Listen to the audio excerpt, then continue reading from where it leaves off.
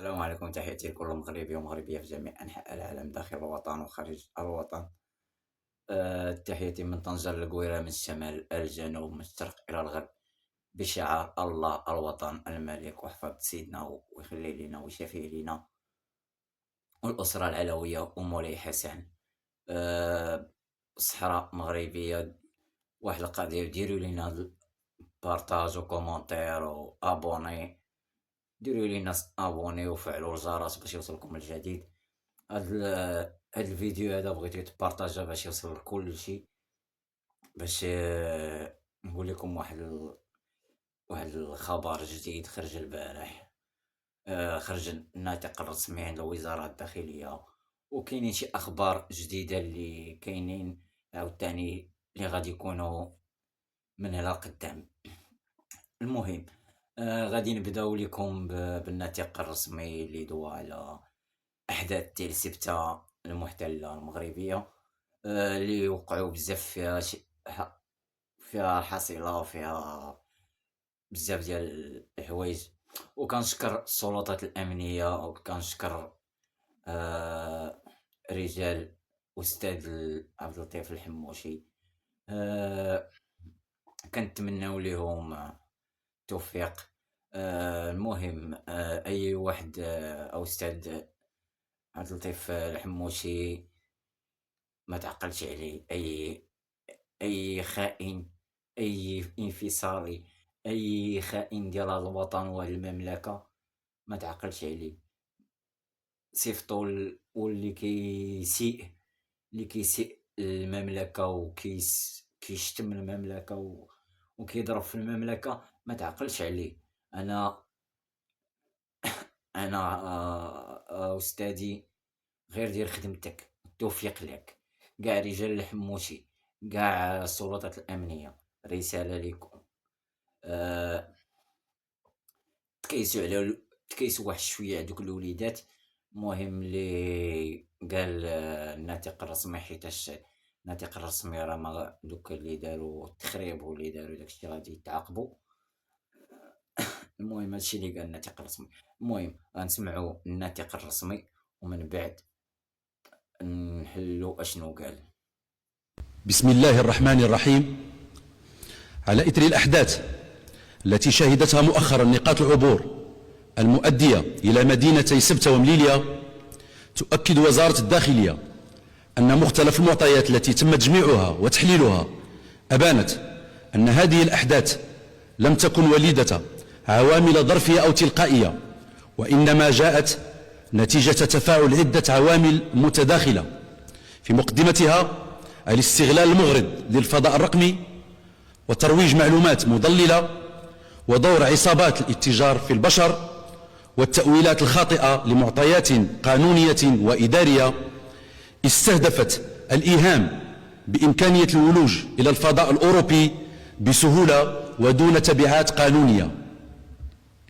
وإدراكا منها لطبيعة هذه التطورات ومؤشراتها، بادرت السلطات العمومية منذ المراحل الأولى إلى تفعيل مقاربة استباقية وشمولية ارتكزت على الرصد المبكر لمختلف المؤشرات والرفع من درجات اليقظة والتعبئة وتعزيز جاهزية مختلف المصالح الأمنية والسلطات الترابية وتكثيف المراقبة البرية والبحرية بما أمكن من التحكم في مجريات الوضع وحماية الأرواح وصون النظام العام وتأمين الحدود مع التقيد الصارم بأحكام القانون واحترام مبدأ التناسب في التدخل. وقد مكنت المعطيات الإحصائية الدقيقة المتوفرة لدى السلطات المختصة بناء على منظومات المراقبة والتتبع الميداني المعتمدة عند نقاط انطلاق المشاركين في محاولات العبور الغير نظامي هاته من ضبط العدد الفعلي للمعنيين بذلك، والذي بلغ حوالي 40,000 شخصا في اتجاه مدينة سبتة ونحو 1135 شخص في اتجاه مدينة مليليا، حيث تمت إعادة جميع الأشخاص الذين تمكنوا من الوصول إلى مليليا في حينه. وتستند هذه الحصيلة إلى معطيات إحصائية وميدانية دقيقة جرى تحصيلها وفق آليات تقنية معتمدة للتتبع والمراقبة، بما يجعلها المرجع المعتمد خلافا لبعض الأرقام المتداولة التي لا تستند إلى معطيات موثوقة أو أسس موضوعية.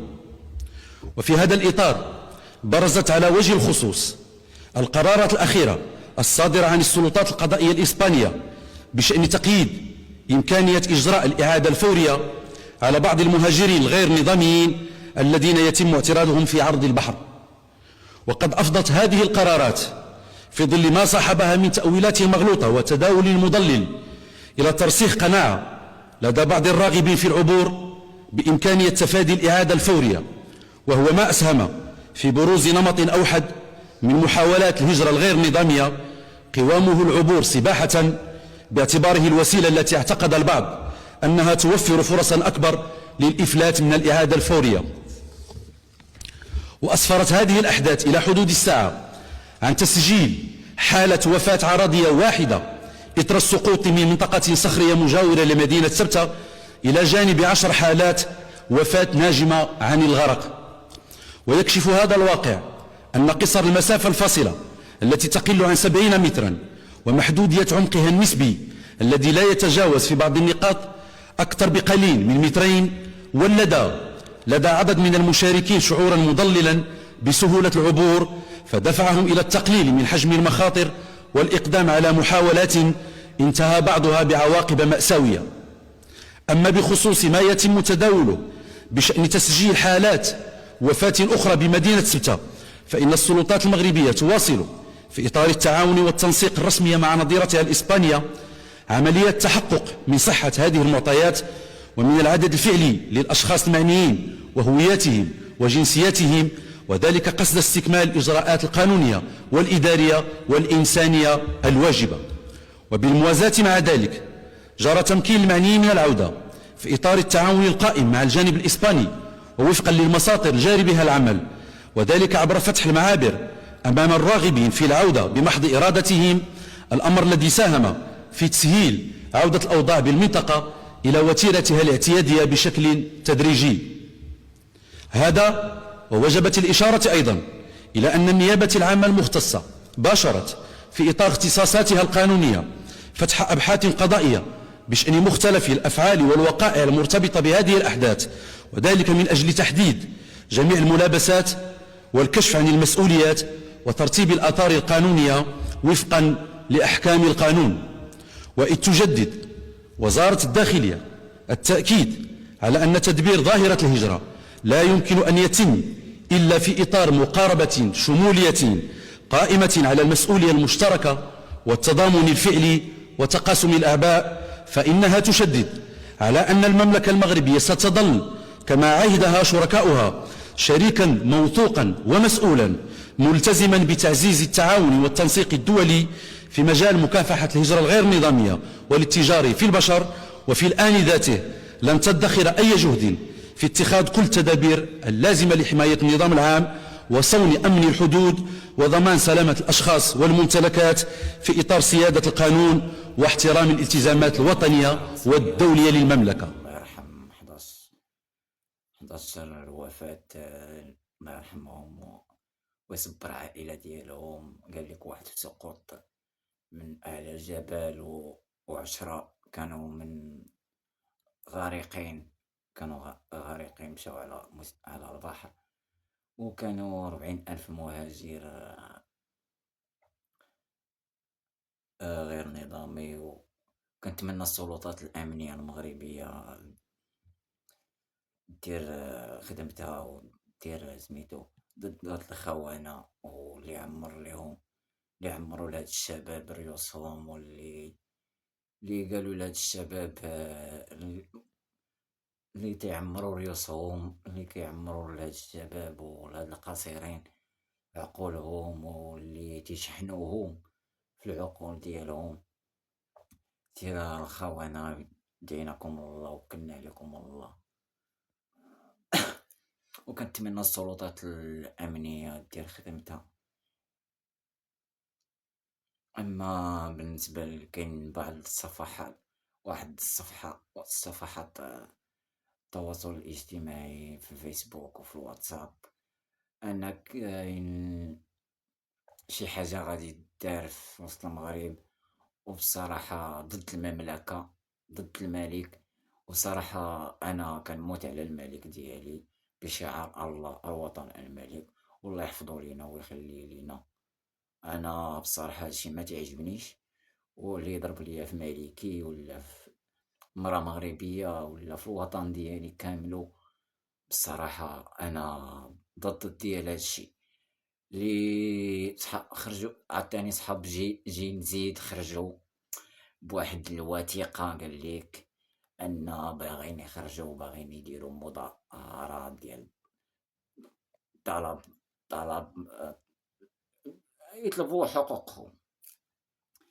السلطات الأمنية كنتمنى لكم ديروا خدمتكم في هاد العجب لي خارج دابا، أن كاينين بعض الخونة وأعداء الوطن، وكما قلت كيشحنوا الدراري وكيشحنوا الشباب المغربي والشابات المغربية لي سميتو لي معمرين هادشي ديال التواصل الاجتماعي.